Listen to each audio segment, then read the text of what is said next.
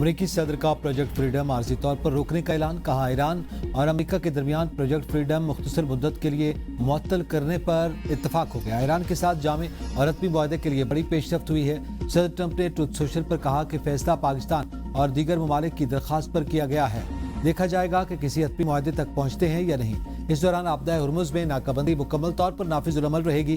اس سے پہلے امریکی صدر کا کہنا تھا کہ ایران کے پاس ایٹمی ہتھیار ہوں گے تو دنیا خطرے میں پڑ جائے گی، ان کے پاس ایٹم بم ہوتا تو آج ہم یہاں نہ ہوتے۔ مشرق وسطیٰ کے بعد یورپ اور امریکہ کی باری آتی۔ ایران کے پاس ڈولفن خودکش نہیں ہے، اب ایران کے پاس کوئی موقع نہیں۔ ہم ایران میں گھس کر لوگوں کو مارنا نہیں چاہتے۔ امریکہ اپنی تاریخ کے سنہری دور سے گزر رہا ہے، میرے سوا کوئی بھی 8 جنگیں ختم نہیں کرا سکا۔ پاکستان اور بھارت کی جنگ بھی میں نے ختم کروائی۔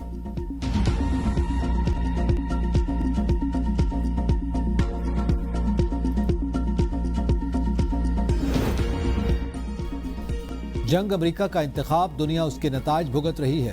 ایران کی وزارت خارجہ کے ترجمان اسماعیل بقائی نے کہا کہ عالمی برادری امریکہ کو اس جنگ کے نتائج کا ذمہ دار ٹھہرائے گی۔ ایران کی توجہ جنگ کے خاتمے پر مرکوز ہے۔ ایران امریکہ کے ساتھ بد-اعتمادی اور شکوک کے ماحول میں مذاکرات کر رہا ہے۔ گزشتہ سال جون اور 28 فروری کو ہونے والی امریکہ کی بلا اشتعال کارروائیاں فراموش نہیں کی جا سکتی۔ ایران سفارتی عمل میں ہر مرحلے پر انتہائی چوکنا رہے گا اور ماضی کے تجربات کی بنیاد پر پیچیدہ اور بے نتیجہ معاملات پر وقت ضائع نہیں کرے گا۔ اگر امریکہ سنجیدہ ہے تو اسے موقع سے فائدہ اٹھاتے ہوئے نیک نیتی کا مظاہرہ کرنا ہوگا۔ خطے کے ممالک امریکہ سے سیکیورٹی کی بھیک مانگنا بند کر دیں۔ خطے میں امریکہ کی موجودگی مغربی ایشیائی ممالک کے لیے امن کا ذریعہ نہیں۔ امریکہ نے اپنے اڈوں کی میزبانی کرنے والے ممالک کی سیکیورٹی کو بھی خطرے میں ڈالا۔ خطے میں پائیدار امن علاقائی تعاون سے حتمی بنایا جا سکتا ہے۔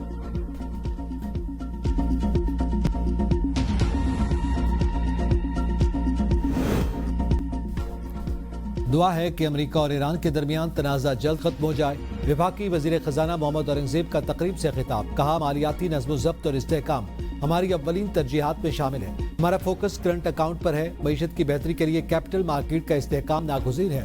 عالمی اداروں کے ساتھ تعاون سے مالیاتی نظام کو مزید مضبوط بنائیں گے۔ ملکی معاشی ترقی کے لیے نجی شعبے کی شمولیت ہماری اولین ترجیح ہے۔ سولر، ونڈ اور ہائیڈرو پاور سے توانائی کے حصول کے لیے کوشاں ہیں۔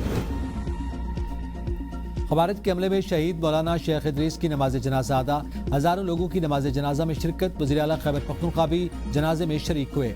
سہیل افریدی کا لواحقین سے تعزیت کا اظہار، پولیس کو فوری جامع رپورٹ پیش کرنے کی ہدایت، کہا مولانا ادریس جیسے عالم دین کی شہادت پوری قوم اور امت مسلمہ کا بڑا نقصان ہے۔ زخمی پولیس اہلکاروں کو فوری اور بہترین طبی سہولیات فراہم کرنے کی ہدایت۔ واقعے کے خلاف JUI آج ملک بھر میں احتجاج کرے گی۔ اور مارکہ حق کا 1 سال مکمل، ملک بھر میں سیمینارز، کانفرنسز اور ریلیوں کا انعقاد۔ شہریوں کی بڑی تعداد شریک۔ پاکستان زندہ باد، پاک فوج زندہ باد کے نعرے۔ مختلف تعلیمی اداروں، سماجی، سیاسی اور ادبی تنظیموں کے زیر اہتمام تقریبات کا انعقاد کیا گیا۔ اس موقع پر ملک کی ترقی و خوشحالی کے لیے خصوصی دعائیں بھی کروائی گئیں۔